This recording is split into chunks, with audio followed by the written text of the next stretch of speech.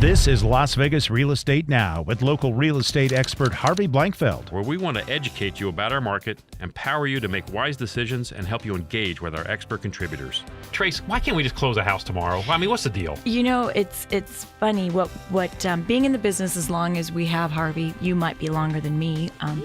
No, I'm teasing. It's funny what you take for granted. You know, it's an automatic assumption. Anybody that's in the business knows it could be anywhere from a 30 to a 45 day close, meaning from the time you open up the escrow till the time we close it.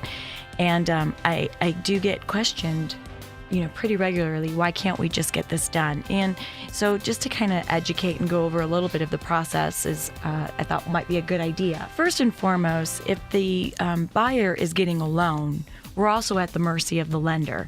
Loans aren't given in a 24 to 48 hour time frame. They take time. Exactly. They take time. So on a transaction with a loan, it definitely will take upwards to the 30 to 45 days.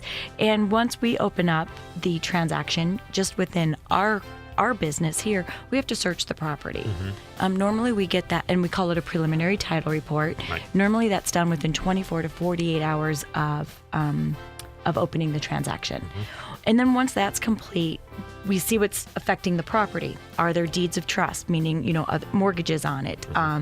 Are there any liens, you know? Conservation easements. Exactly, because we need to be aware of that. So once we identify what's on the property, then it's a matter of starting to order the payoffs and getting the information. Because maybe you do have a Republic Service lien on there, but we don't know the amount. Because it keeps adding up. So you have to order the payoff demands. And whether you have a lien or not, Republic Service is still going to get paid. At some point, there's going to be a prorated amount or something, so they've got to figure out how much is owed. Exactly. And that takes time. The HOA, you know, stuff like that we order. We try, if there's a loan, we won't order it on a rush, because a rush can be quite a bit more money. Yeah, exactly. But we are at the mercy of them getting us that information, and we can't close without it. We need to know the exact amount.